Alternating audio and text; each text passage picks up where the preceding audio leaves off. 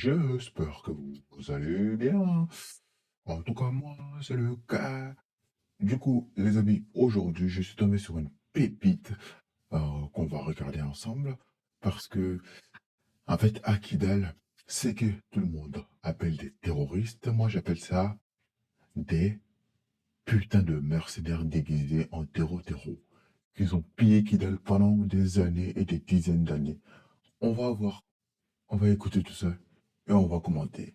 En même temps, les gars, c'est parti.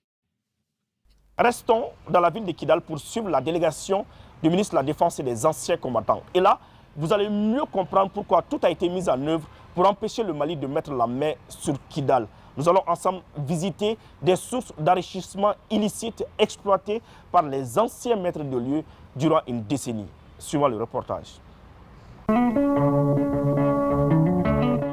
La vérité n'a pas besoin d'espace pour s'exprimer, nous enseigne une sagesse africaine.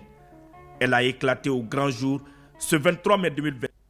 Regardez tout ça, ça c'est le ministre malien qui est en visite à Kidal du coup.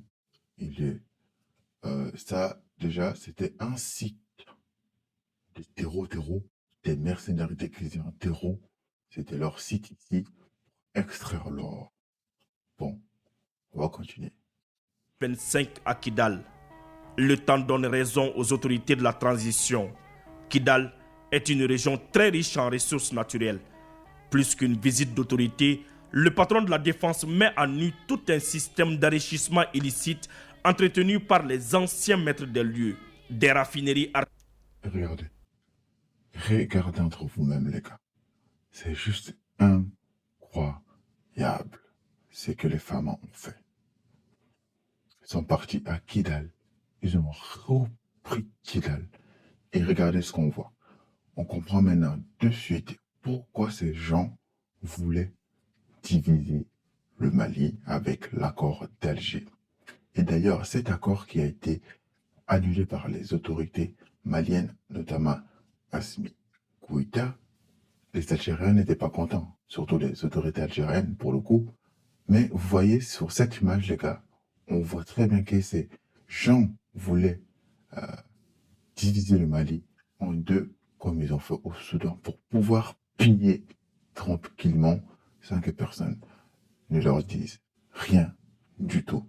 Ils voulaient enlever Kidal du Mali pour pouvoir, vous-même vous voyez, pour pouvoir prendre tout ce qui est sur le sous-sol malien. Donc, comme ils ont fait au Soudan, c'est la même chose qu'ils voulaient faire au Mali. C'est juste abominable, c'est que ces gens, ces soi-disant terreaux, que moi j'appelle ça des mercenaires de l'OTAN déguisés au Mali. Continuons. Artisanale d'or, exploité à ciel ouvert durant plus d'une décennie au détriment de l'État malien.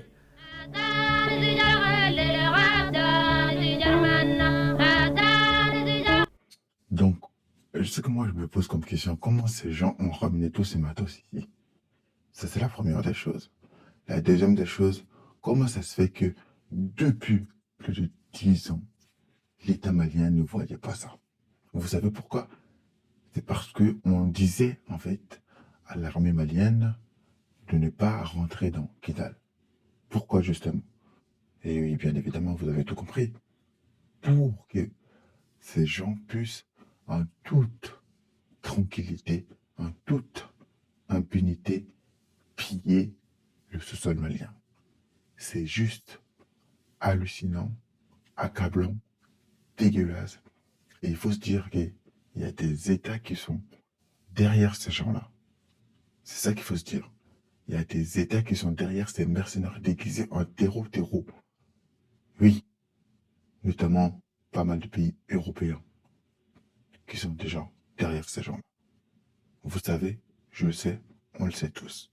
Mais ces gens continuent à le nier. Continuons.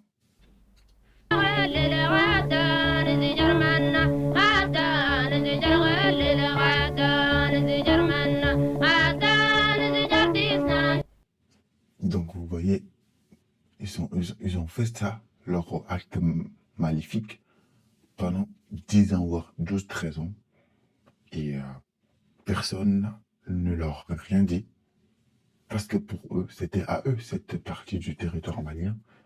Ils étaient sur le point de le diviser justement pour pouvoir extraire leur matière première, ou plutôt le matière première des Maliens, de l'État malien, tout en impunité. Mais au final, vous voyez très bien que l'armée malienne a repris Kidal et on voit tout ça. Et c'est pas fini. Il y a des magasins qu'ils avaient même construits pour pouvoir résider, vendre leur euh, merde. Regardons.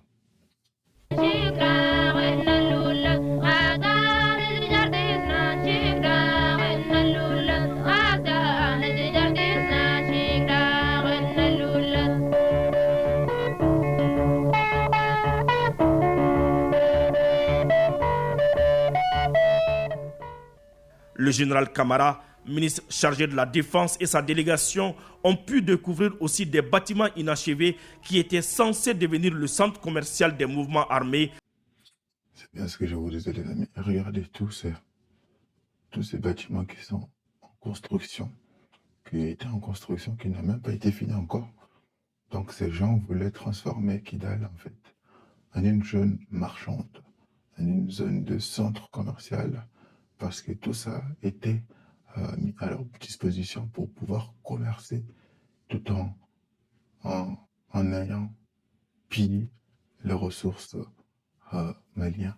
C'est juste hallucinant. Je suis encore heureux de voir ce que l'État malien a fait à Kidal, le fait d'avoir repris Kidal, le fait de montrer la souveraineté de l'État malien. Ça a félicité. Ça, c'est quelque chose d'extraordinaire. Ces gens, leur plan a été mis à jour et ils ne pourront plus rien faire maintenant. Ils sont en débandade. Ils sont à droite, à gauche. Ces gens ne savent plus quoi faire. Et ça, c'est une bonne chose. Avec plus de 300 magasins.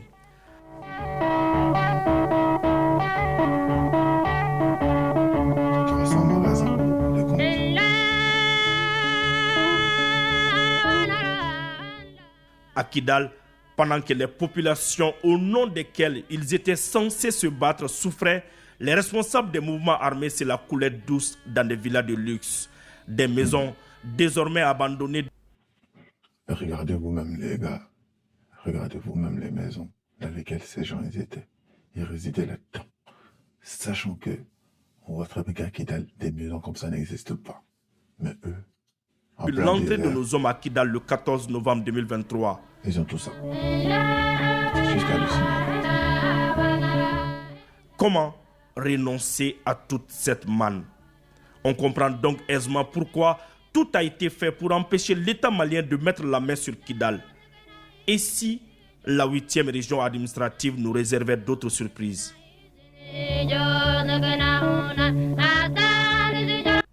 Voilà les gars, vous-même, vous avez entendu, vous-même, vous avez vu ce que ces gens préparaient, ce que ces gens ont fait à Kidal.